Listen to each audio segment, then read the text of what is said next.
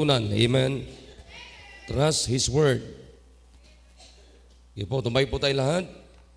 And this is now the last part of our preaching about the blessing of commitment. Amen. Let's go back to the book of Job. Let's go to the last chapter of the book of Job. Ako na lang magbabasa, susundan nyo lamang po. Okay, nandiyan na kayo? Okay, sabi ng Bible dyan, let's read beginning from verse number 7.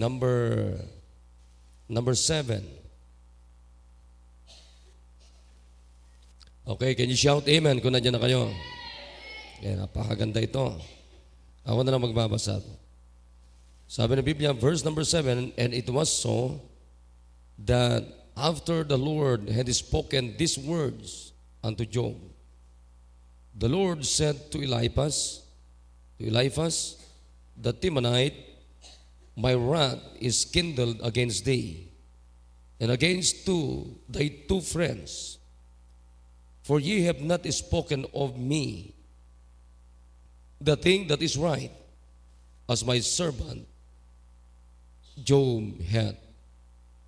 Alam nyo, pag tinawag ka ng Diyos na servant niya, it is a very high honor to any man na tawagin ka ng Diyos na servant ka ng Diyos. Amen? I like that. Gusto ko yung ganung title. Let's go to verse number 8. Therefore, take unto you now 7 bullocks and 7 rams, and go to my servant Job, and offer up for yourselves a burnt offering, and my servant Job shall pray for you. Now, napansin niyo yan mga kapatid?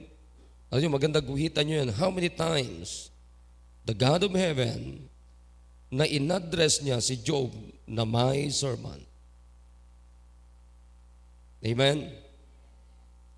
My servant. Sino yung may dyan? The God of heaven. Sino yung tinutukoy niya na servant niya? Job. Ano sabi ng Bible? For him will I accept, lest I deal with you after your folly, in that ye have not spoken of me the thing which is right, like my servant Job. Amen? Guhitan nyo, maganda yan mga kapatid. Dapat ganyan tayo ina-address ng Diyos. Amen? My servant Rolly. Wow. So Eliphaz the Temanite, and Bildad the Shushite, and Zophar the Naamatite went and did according as the Lord commanded them. The Lord also accepted Job. And the Lord turned the captivity of Job when he prayed of his friends. Also the Lord gave Job twice as much as he had before. Wow. Nakuha nyo? Naalala nyo kung ano nangyari kay Job, mga kapatid? Namatay yung 10 anak at nawala lahat yung kanyang mga kayamanan. At nagkaroon pa siya ng galis. At inalipusta pa ng kanyang misis. Then came there unto him all his brethren, and all his sisters, and all they that had been of his acquaintance before, and did eat bread with him in his house. And they bemoaned him, and comforted him over all the evil that the Lord had brought upon him. Every man also gave him a piece of money. Wow. Kalahin mo yan? Alam mo yan, grabing blessing to. Binibigyan siya ng pera. yung dulo, matindi to. And every one of an earring of gold. Hindi siya pumunta sa minahan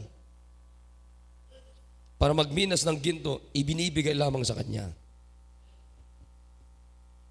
Bakit? Committed sa Panginoon. Verse number 12, yan na kayo. So the Lord blessed the latter end of Job more than his beginning. For he had 4,000 sheep. Ilan yung sheep niya noon? 7,000. Dinoble niya. And 6,000 camels. Ilan dati? 3,000. And 1,000 yoke of oxen. Ilan dati? 500. And 1,000 she-asses. Ilan dati yon? Di ba? Alam nyo, napansin nyo kung ano ang hindi niya dinagdagan yung misis niya. At yan ang gusto mangyari ng ibang tatay. And he had also 7 sons and 3 daughters. Naging 10 ulit, di ba? O dati, meron siyang 7 anak, o 10 anak, ayan, ibinalik pa rin ng Diyos. Pero ito kakaiba. And he called the name of the first Jemima, and the name of the second Keziah, and the name of the third Keren Hapok. Pero alam niyo ba kung anong itsura itong mga babaeng ito na anak ni Job? And in all the land were no man found so fair as the daughters of Job. Mga artistahin ang dating. Parang si Peknak. Wow, feel na feel.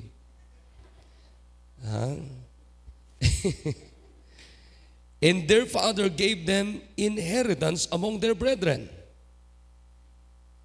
Tindi, no? And after this, lived Job in 140 years. Malupit ito. Samantalang 40 years old pa lang, patay na. Ito, inabot siya ng 140 years. At alam niyo kung anong inabot niya? He saw his sons and his sons' sons, even 4 generations. Inabot niya yung apo sa tumeng. Hindi na yata apo sa tumeng to eh. Ano ang tawag natin dyan? So Job died and being old and full of days. The blessing of commitment. Naniniwala ba kayo mga kapatid na pag committed ka sa Panginoon, may blessing ka? Tingnan niyo po yung mga anak niyo. Anak natin, medyo papangit, di ba? Pero magkaroon tayo ng commitment sa Panginoon, papalitan ng Panginoon yan. Magiging gwapo yan, magiging magaganda yan. Gusto niyo ba yan mga kapatid? Yung iba, kasi pangit nila Erwin, mga ala. Pero simula ngayon, gumawa kayo ng commitment nyo sa Panginoon. Lahat yan, papalitan ng Diyos. Amen? Ang mga kababaihan ng mga anak ninyo, maaaring pangit ngayon, pero babaguhin yan. Peknak ang itsura niyan. Pangit pa rin. Tayo po'y manalangin. Dakilang Diyos, salamat po sa mga nabasa po namin. Oh God, bless niyo po ito. Dito po kami makatanggap, Panginoon, ng mga blessings. Thank you, Panginoon, sa testimony ninyo sa buhay ni Job. At nawa, Panginoon, makita po namin ito. At ito po'y maging prinsipyo din po namin sa buhay. Kung paano po nagkaroon, gumawa ng commitment si Job sa inyo. Panginoon, please help us also na magkaroon kami ng commitment katulad ng commitment ni Job, Panginoon, sa inyo. Bless your message, O God. Iligtas niyo po yung mga mahal namin mga bisita at sila po'y susunod sa tubig ng bautismo. In Jesus' name, amen. All right. You may be seated. Now, sabi ko sa inyo kanina, para hindi tayo tumagal kasi may fellowship pa mga mamaya. Then after fellowship ng mga mothers ay meron pong meeting ang mga taga-village. Alright, so again, makita natin dito yung unang bahagi ng buhay ni Job, mga kapatid, ay lahat po ng kanyang mga ari-arian ay talagang sinimot ng dyablo. Amen? Pero anong blessing meron kay Job? Number one blessing, the undefeated faith. Amen? Undefeated commitment. Amen? Number two, the blessing of unshakable trust. Amen? In God. Unshakable commitment. Amen? And then number three, the blessing of unspotted integrity. Yan ang kailangan ng mga kapatid. Yung pure na relasyon natin sa Diyos. Huwag tayong papayag, kapatid, na sirain ng dyablo. Amen. The number four, itong blessing ni Job, the undeniable blessing. Amen. Anong ibig sabihin ng undeniable? Hindi maikakaila. Hindi maitatanggi. Plainly true. Incontestable. Nakikinig tayo? Unquestionable. Excellent. Or genuine. Indisputable. Irrefutable. Sure. Yan ang ibig sabihin, mga kapatid, ng undeniable. Tingnan yun man. Di ba? Tignan natin, kapatid, nung unang bahagi ng buhay ni Job, nawala yung mga anak niya, nawala yung kanyang mga ari-arian. Nakikinig kayo, mga kapatid? Anong sabi ng Biblia? There were born unto him 7 sons and 3 daughters. And his substance also was 7,000 sheep, and 3,000 camels, and 5,000 yoke of oxen, and 500 she-asses, in a very great household, so that this man was the greatest of all the men of the east. Ano yung mga binanggit ko sa inyo, mga kapatid? Yan yung mga blessings niya. Pero makinig kayo, for me, ito yung pinakadakilang pagpapala ni Job. Ano ito, mga to? He is a man. He is a perfect man. He is an upright. He is feared God and eschewed evil. Yan ang mas matindi, mga kapatid, na meron kay Job. Nakikinig tayo? Ang mas matindi na nakayamanan ni Job, mga kapatid, hindi nyo mga nawala. Nakikinig tayo? Hindi nyo mga nawala. Pero ang kayamanan ni Job na pinanghawakan niya, yung kanyang faith. Amen? Yung kanyang relationship, yung kanyang prinsipyo mula sa Diyos, yung kanyang fellowship sa Panginoon, yun ang yung sinikap niya, kapatid, na hindi nawala sa kanya. Yun ang sinikap niya na hindi nabago sa kanya. Come on, amen. Hindi niya pinayagan, hindi niya pinahintulutan, mga kapatid, na yung mga nawalang anak niya na 10, yung mga ari-arian niya, yung wealth niya, kapatid, na nawala, ay hindi niya pinayagan, hindi niya pinahintulutan na maapektuhan yung kanyang faith. Hindi siya pumayag, kapatid, na apektado o naapektuhan yung kanyang commitment sa Panginoon. Kaya, ano ang pinanghawakan niya? Yung kanyang pananampalataya, yung kanyang commitment, ay yung kanyang trust sa Panginoon, yung kanyang pagtitiwala sa Panginoon, yung kanyang pagtitiwala, kapatid, sa salita ng Diyos, hindi naatinag. Nakikinig tayo? Hindi natinag, hindi nagbago. Kaya nga sabi ng Bible dito, sa binasa natin, mga kapatid, ay sabi ng Biblia, the Lord, in all this, chapter number 2 o chapter number 1, ano sabi ng Bible dyan? In all this, Job sinned not, nor charged God foolishly. Makita niyo, mga kapatid, yung prinsipyo ni Job, buong-buo.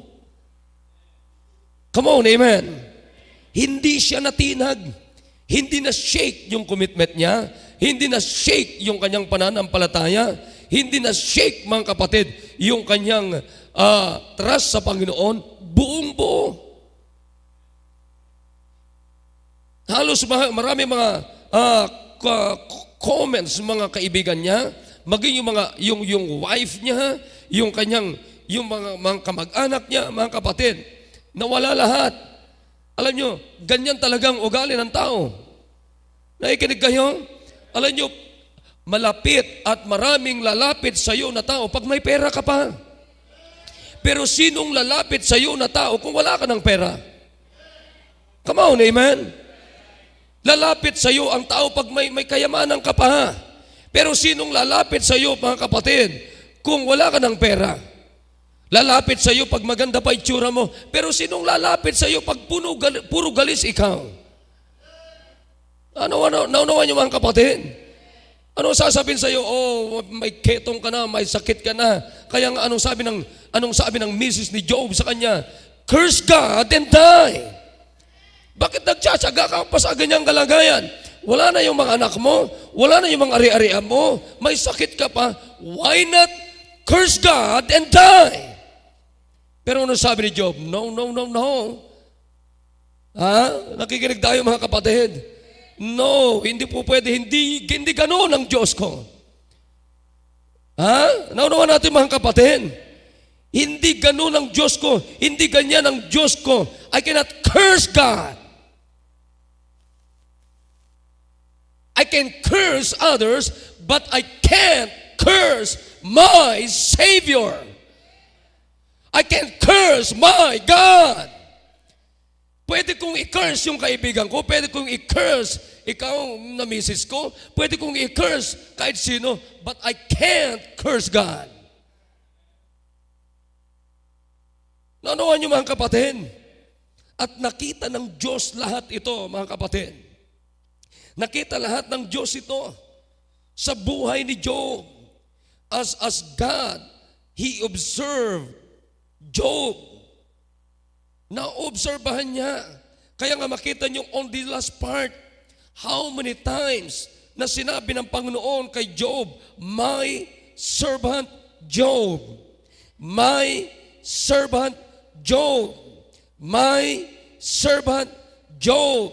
My servant Job.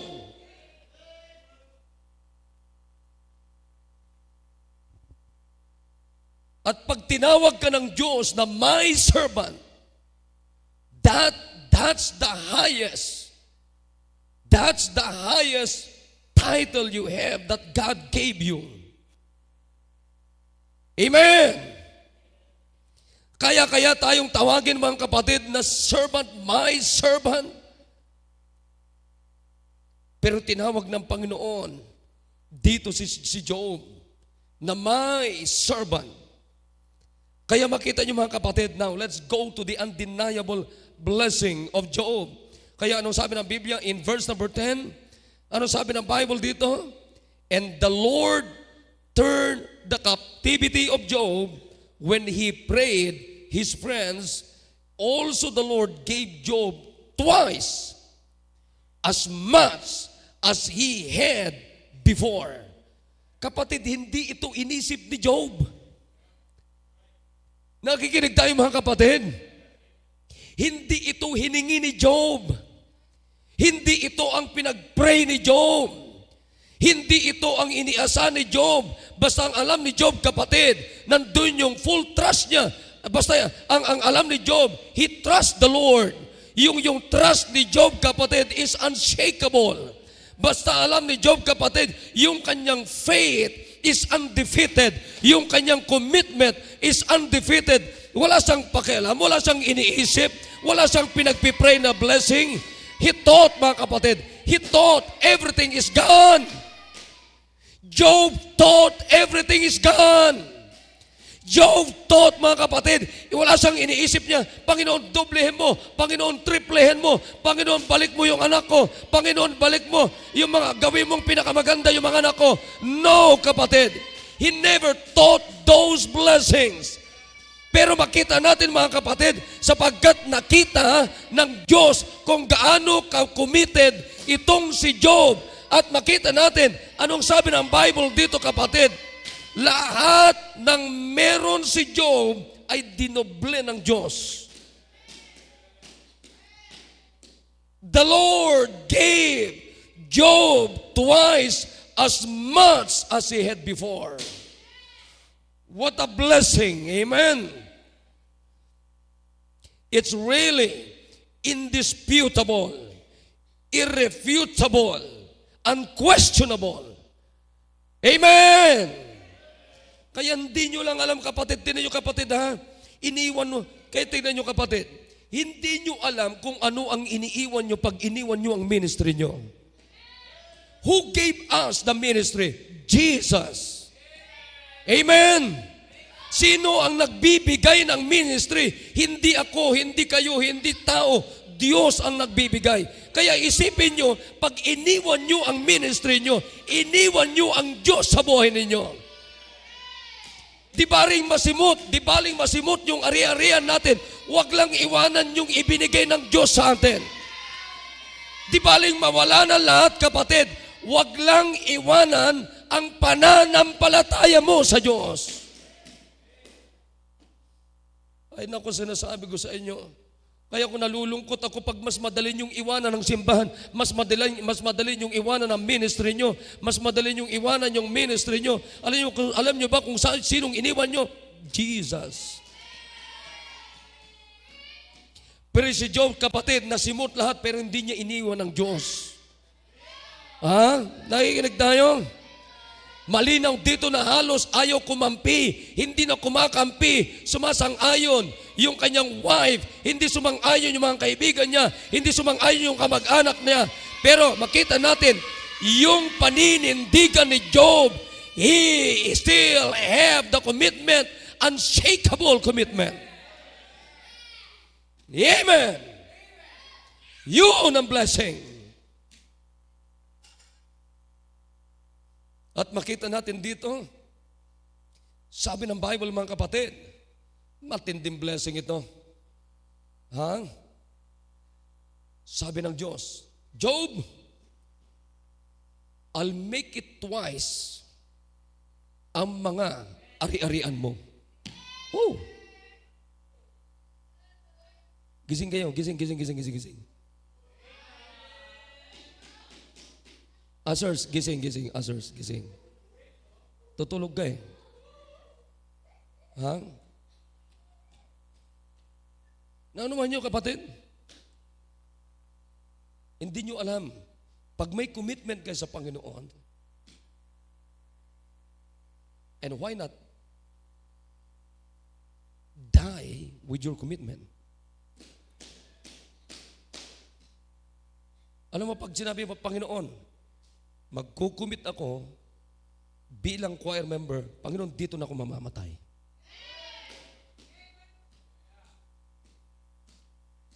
Alam mo, pag nakita din ng Diyos yan sa iyo, anong sasabihin ng Panginoon? Dudublehin ko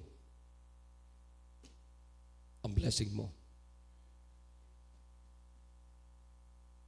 Ha? In fact, mga kapatid, hindi lang dinoble ang Diyos ng mga blessings ni Job. Now, number one, para ngayong hapon, ano yung blessing niya? Undeniable blessing.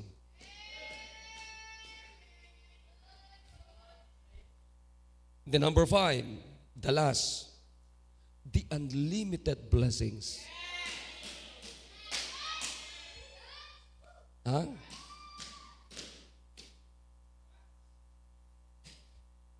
Pwede bang mag-amen din yung mga adult, mga kapatid? The unlimited. Anong ibig sabihin ng unlimited? Walang hanggan, hindi. Siguro sabi ni Job, pambira, hindi ko na maubos to. Unrestricted, boundless, infinite, bottomless blessing.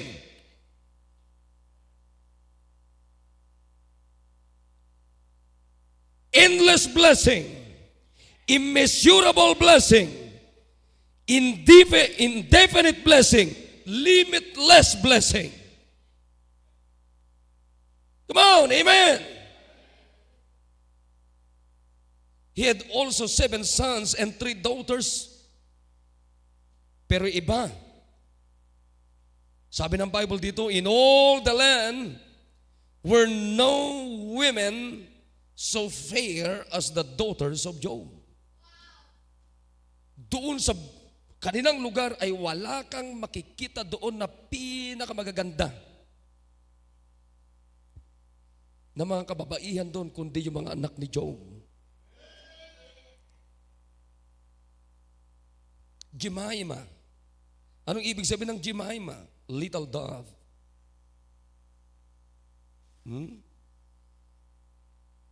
Kezia. Anong ibig sabihin ng Kezia? Cassia. It means became a feminine name from the fragrance of the flower. Fragrance. Keren hapuk. Anong ibig sabihin yan? Horn of antimony.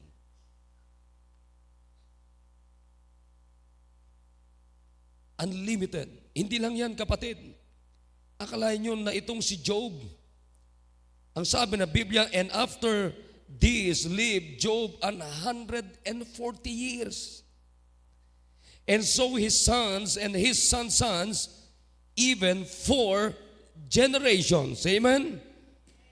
Masasabi nyo ba, mga kapatid, na ang blessing ni Job, kapatid, is unlimited blessings? Hindi hiningi lahat ni Job ito. Pero akalain mo, kapatid, akalain mo na inabot niya yung edad na 140 years. Inabot niya, kapatid, yung 4th generation ng kanyang lahi.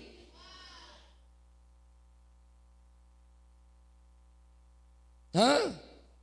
Naunawan niyo ba yun?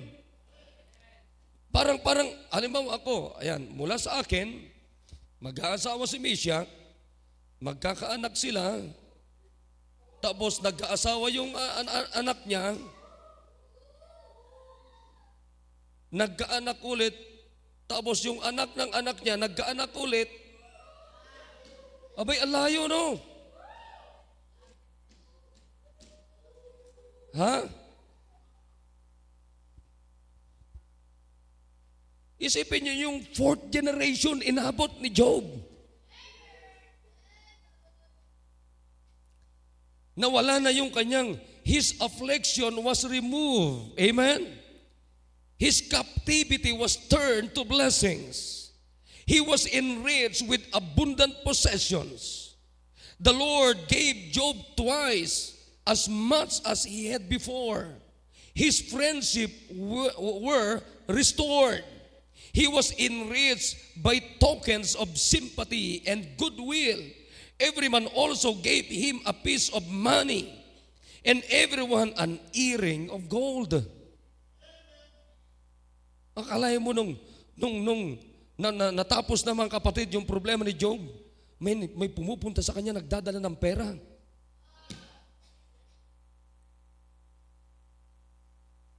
Tapos may nagdadala sa kanya ng mga gold, earring of gold. Amen?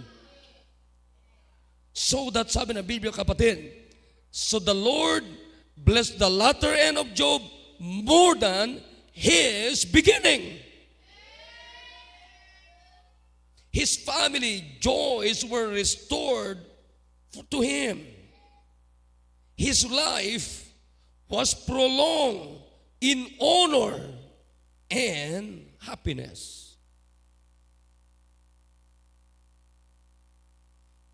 Unlimited blessings. Nakikinig tayo? Unlimited blessings. It means unrestricted. It means boundless. It means infinite. It means bottomless. Kapatid, hindi na siya naghahanap ng pagpapala sapagkat siya na ngayon ang dinagsa ng pagpapala. Woo! Amen! Hindi niya hinahanap yung pagpapala, kapatid, kundi dinadagsa siya ng pagpapala. Yung material na sinimot na kayamanan niya, kapatid, ng dyablo, ibinalik ng Diyos twice. Yung anak niya na pinagpapatay ng dyablo, kapatid, ibinalik ng Diyos. Pero mas magaganda, yung mga kamag-anak na hindi na siya pinapansin, mga kaibigan, mga kapatid, isang araw, sila na nagdadala ng pera. Nagdadala sila ng earring of gold. And by the way, dating dinapuan ng sakit, mula ulo, kapatid, hanggang talampakan, hanggang puyo, kapatid. Nawala yung sakit, inabot pa niya yung edad na 140. Na hindi malang pumunta, nakaranas doon sa noga.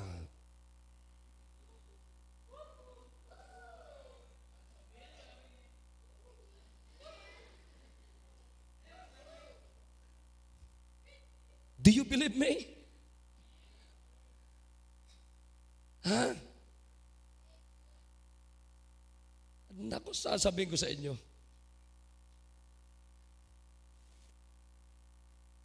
Inabot niya yung edad na 140 years, kapatid, na hindi sakitin si Job.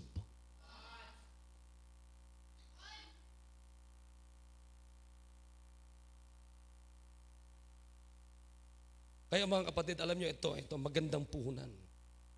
Kung meron kang healthy relationship with God,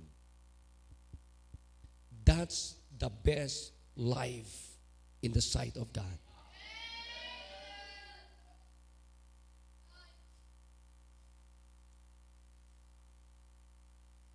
Alam niyo kung healthy ka spiritually, kapatid, kahit anong entrada ni Satanas, hindi ka kayang gibain. Come on, amen? Ay, pambira sasabihin ko sa inyo. I was so blessed with the testimony of Job, kapatid. Ang ganda nito, sasabihin ko sa inyo. Parang ang sarap, huwag na nating iwanan ito, di ba? Napakaganda ito, mga kapatid, samantalang tayo, ang dami na nating nararamdaman, ang dami nating kung ano mga karamdaman. Kung nga pambira hanggang ngayon, hindi ko pa matanggap eh. Pagbaba ko pa lang dito, sumasakit to ko eh. Parang pakiramdam ko may sumipa. Iniisip-isip kong sisilang sumipa. Tinatawanan ako ni Brother Rolly. Kasi sabi ni Brother Rolly, hindi pala ako nag-iisa, kasama ko rin pala si Pastor. Ha? Wow! Makikita nyo dito, mga kapatid, unlimited blessings, nakikinig tayo, mga kapatid. Undeniable blessings, hindi mo pwedeng maitanggi, hindi maitatanggi, hindi maikakaila ang pagpapala pag meron kang commitment sa Panginoon.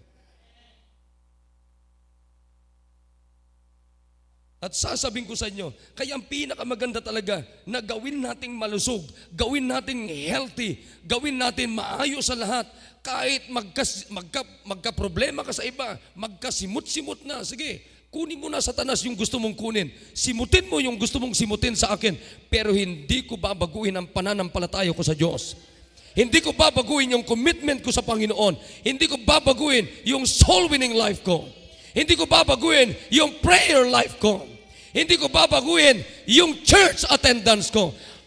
Maging faithful ako sa church attendance ko. Hindi ko babaguhin yung faithfulness ko sa tithings ko. At sasabihin ko sa inyo, maaring pwedeng simutin ng dyablo yung gusto niyang simutin, pakialaman ng dyablo yung gusto niyang pakialaman sa buhay mo. Pero pag committed ka sa Diyos, kayang ibalik ng Diyos lahat yan twice sa pasimula natin. At sasabihin ko sa inyo, ibibigyan pa tayo ng Diyos ng unlimited na pagpapala na kailanman hindi natin inisip mula sa Diyos na pwedeng gawin niya sa buhay natin. Hindi naman hiningi ni Job ito. Pero anong sabi ng Biblia? Sapagkat yung commitment mo, Job, sapagkat yung faith mo, sapagkat yung trust mo hindi nagbago. Anong sabi ng Panginoon? The Lord turned the captivity of Job, and sabi na Biblia, mga kapatid, when he prayed for his friends, the Lord gave Job twice as much as he had before. Oh! Di nyo lang alam kung anong iniisip ng Diyos na pwedeng ibigay sa iyo pagka committed ka lamang sa Kanya. Makinig. Papaano naman din kaya kung hindi committed si Job? Isipin din natin yon. Let's go also on the negative side. What if, when the wife of Job, ang sabi sa kanya, why God, i-curse mo na kayang Diyos mo? Paano kaya kung sinunod ni Job yon? Come on, amen? Paano kaya kung sinunod ni Job yung kanyang wife?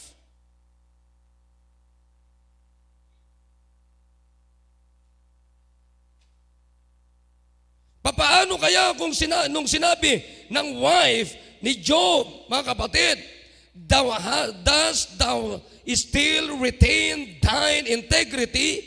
Curse God and die. Paano kaya kung sinunod ni Job yon?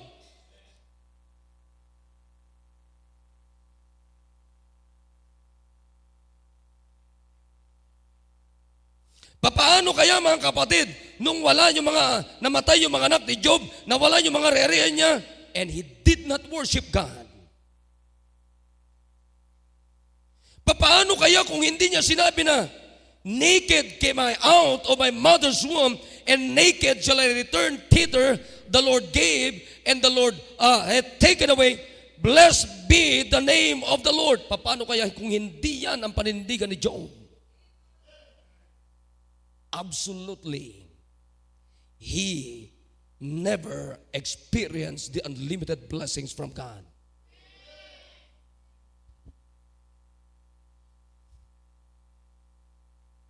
Pero ayaw ko, mga kapatid, I like Job. Sabi niya, ano sabi niya? Sige, kunin mo na lahat yan. Sige. Hindi pa nakontento si Satanas. Binigyan pa siya ng galis. Sige, gawin mo na yung gusto mong gawin. Pero ano sabi ni Job? I still committed to God. Ano sabi ni Job? I still committed to God. Ano sabi ni Job? I still trust the Lord.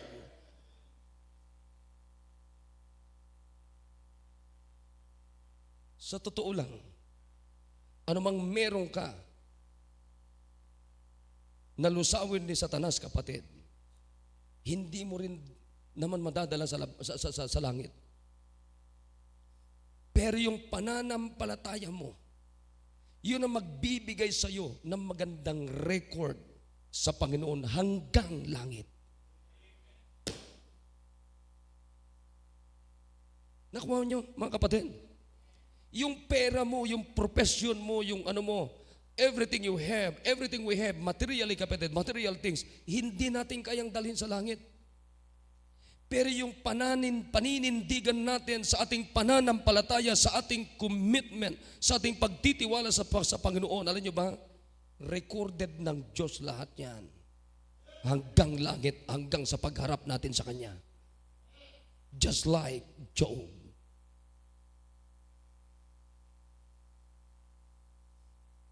Nakuha nyo? Yan ang pinakamahalaga na matutunan natin.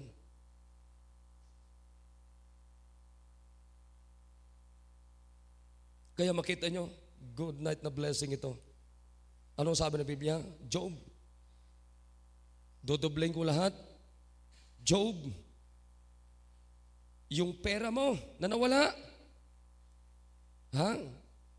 kakausapin ko yung mga tao, mga kaibigan mo, sila na magdadala ng pera sa'yo. Job, nawala lahat yung mga gold mo. Ako kakausap sa mga tao, magdadala sa iyo ng mga earring of gold. Job, nawala yung mga unang anak mo. Ipapaabot kita hanggang sa 4 na henerasyon ng iyong lahi. What a blessing.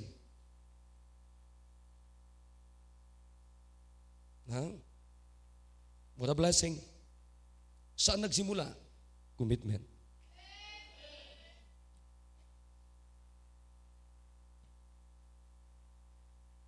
Sino ngayon magsasabi, Pastor, simula ngayon, I'm going to commit my life to God. Can you raise your hands, mga kapatid? Ayaw niyo pa rin. Di pa rin kayo natutuwa kay ano? Come on. Ayaw niyo nang mag-commit sa Panginoon. Hindi ko naman sinasabing pag nag-commit kayo, full-time kayo eh. Sino magsasabi ngayon? Pastor, gusto ko yung commitment na ginawa ni Job, gawin ko sa buhay ko. Can you raise your hands? Tumayo tayo lahat. Let's come to the altar and kneel down and talk to God.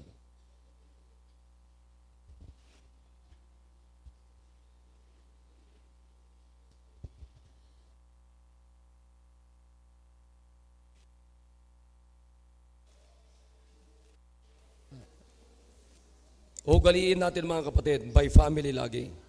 At kung may mga na-invite kayo, isama nyo yung mga na-invite ninyo, and you pray for them. Amen? You pray for them.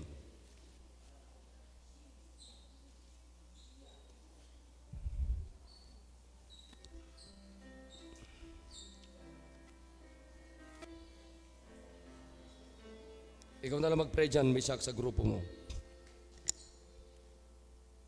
Come on. Huwag tayong magmamadali sa ating prayer. Let's take our time to pray. It's time to make a commitment to God, just like Job. Makita niyo si Job, hindi natinag yung kanyang commitment. Kaya hindi natinag yung kanyang faith. Hindi natinag yung kanyang trust. Hindi man lang natinag yung kanyang integridad. And he had the undeniable and unlimited blessings. Sasabihin ko sa inyo.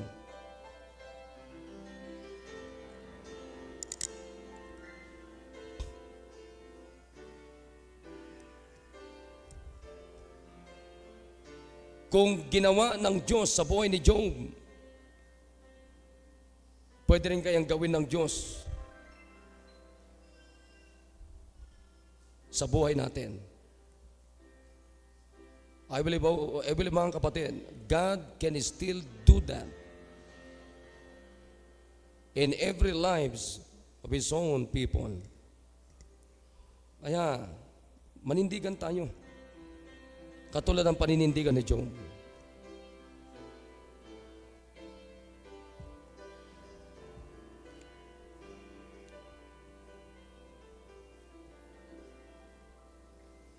Dakilang Diyos na makapangyarihan, mapagpaalam po sa lahat.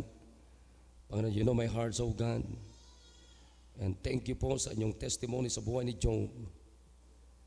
At tulungan niyo kami, Panginoon, tulungan niyo pong bawat isa, tiklop tuhod, Panginoon, nakikipag-usap sa inyo. And please, help them, O God, na magkaroon sila ng malinaw na commitment sa inyo. Sapagkat kung meron kaming malinaw na commitment, katulad ng commitment ni Job sa inyo, Panginoon, Job's faith became undefeated against Satan. Job's trust, Panginoon, yung trust ni Job sa inyo, Panginoon, it's really unshakable, O God. Oh, what a commitment. Salamat po, Panginoon. Pagpalain niyo po ito sa buhay po ng inyong mga nakamensaheng ito, Panginoon. the blessings of commitment. Salamat po at pinupuri kayo namin, pinapasalamatan. For in Jesus' name, Amen. All right.